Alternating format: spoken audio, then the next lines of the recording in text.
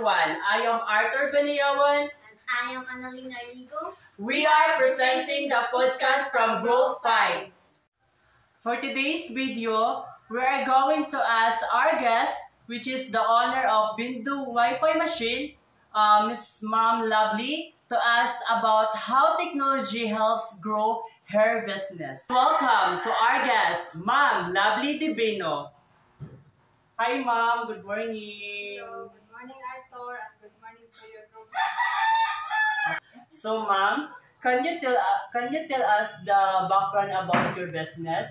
My business is a Bindu Wi-Fi machine.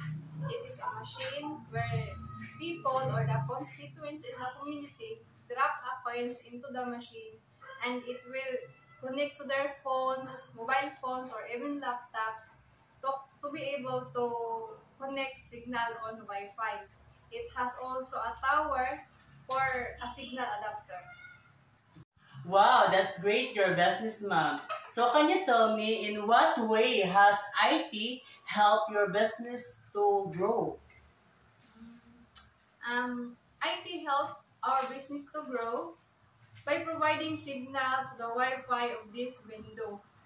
Our business grows especially here in our municipality, where some of the barangays are located in the lowland, or even the barangays in the geographically isolated area were able to adapt signals.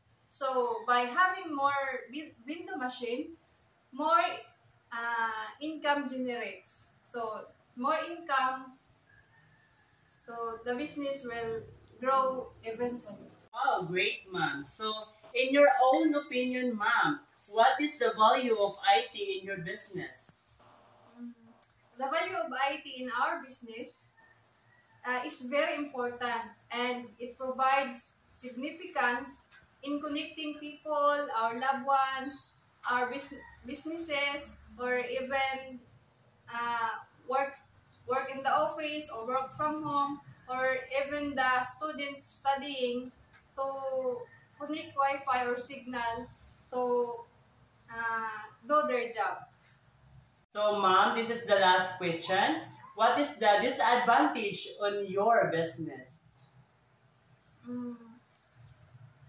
Ang disadvantage sa aning negosyo is parehara gihapon sa kasagaran ni disadvantage nga nahitabo karon sa ato ang paggamit sa internet.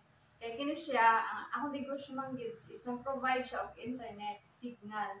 So makadaot siya, ang disadvantage ani is makadaot siya kung masubrahan o ma-abuse na ito gamit, labi na sa mga kabatan-unan nga kanang mo-abuse o gamit sa internet, nga dugay mga tulog, usay dili na mukaon, tungod kay gi-abuse nila paggamit ang internet. Or bisan ang katong magtiayon, mga couples nga gigamit nila ang internet in the wrong way, mo na makadaot sa ilang pagpuyo.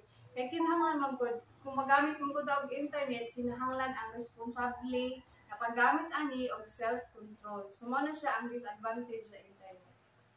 Ma'am, thank you so much for the opportunity of having you to share your ideas about your business.